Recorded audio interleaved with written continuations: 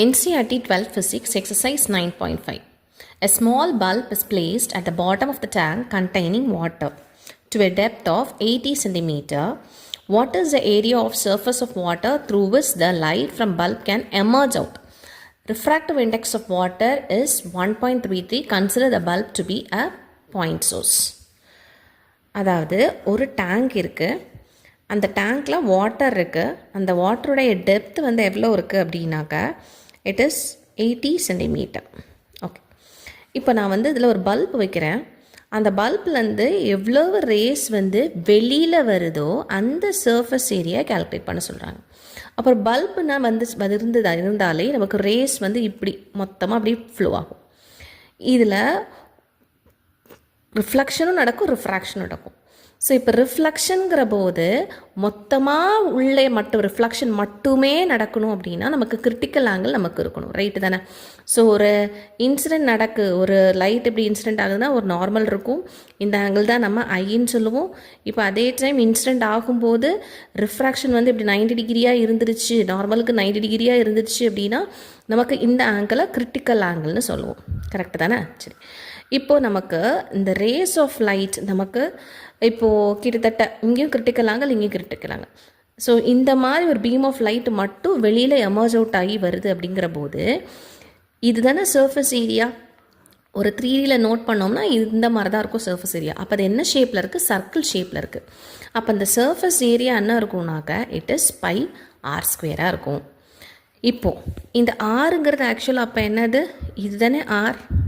Okay, சரி, இப்போ நல்லா பாருங்கள், இது ஒரு லைன், இதுவும் ஒரு லைன். ஸோ இந்த லைனை செப்பரேட் பண்ணுறோம். இந்த ஷேப் இப்படி இருக்குது, இந்த ஷேப் இப்படி இருக்குது. ஸோ இது ஐசினா இதுவும் ஐசியாக தானே இருக்கும். அப்போ நான் இதையும் நான் ஐசின்னு வச்சுக்கிறேன். இப்போ எனக்கு ஆர் தெரிஞ்சதுன்னா எனக்கு பை r² கால்குலேட் பண்ணிடலாம். இப்போ ஆர் தெரியணும், அட் த சேம் டைம் நமக்கு இந்த ஹைட்டும் தெரியும். அப்போ இந்த ஆங்கிள் ஐசின்னு இருக்குது. அப்போ இது ஆப்போசிட் வரும், அது அட்ஜசன்ட் வரும். அப்போ நான் என்ன யூஸ் பண்ணிக்கலாம்? tan யூஸ் பண்ணிக்கலாம். அப்போது tan IC is equal to opposite by adjacent 80 centimetre போடலாமா? ஸோ 80 சென்டிமீட்டர்னா 0.80. நமக்கு என்ன வேணும்? ஆர் தானே வேணும். So therefore r is equal to 0.80 tan IC. சரி, இப்போது ஐசி எனக்கு வேணும். ஸோ நமக்கு என்ன தெரியும்? இந்த ஐசிங்கிறது என்னது? Critical angle. ஸோ நமக்கு ஃபார்முலா கிரிட்டிக்கல் ஆங்கிளுக்கு என்ன வரும்? நமக்கு n2/n1, அதாவது n21ங்கிறது தான் நம்ம எதுன்னு சொல்லுவோம், விச் இஸ் சைன் ஐசின்னு போடுவோம். இதில் வந்து சைன் ஆர் வந்து 90 டிகிரி, ஆர் வந்து 90 டிகிரியாக இருக்கும். ஸோ 1ஆக மாறிடும், கரெக்டு தானே? ஓகே, இப்போது n21ங்கிறது 1.33. So 1.33 is equal to sin IC. Okay, இப்போது இந்த 1.33ங்கிறது என்னது? Refractive index of water. நமக்கு என்ன தெரியும்? இந்த ரிஃப்ளெக்ஷன் வந்து ஃபஸ்ட்டு என் வந்து n1ங்கிறது என்னது? வாட்டர். n2 தான் என்னது? ஏர் வாட்டரில் இருந்து தான் நமக்கு ஏருக்கு போகுது. அப்போது எனக்கு இங்கே ஆக்சுவலி என்ன இருக்கும்? 1/1.33. ஏன்னா ரிஃப்ராக்டிவ் இண்டெக்ஸ் ஆஃப் ஏர் வந்து 1, வாட்டருக்கு 1.33. ஓகே, சரி, இப்போ sine IC is equal to 1/1.33. இந்த 1.33ங்கிறது என்னதுன்னா 4/3. அப்போ அந்த 3 மேலே போச்சுன்னா சைன் ஐசியோட வேல்யூ என்ன? இட் இஸ் 3/4, அதாவது 0.75.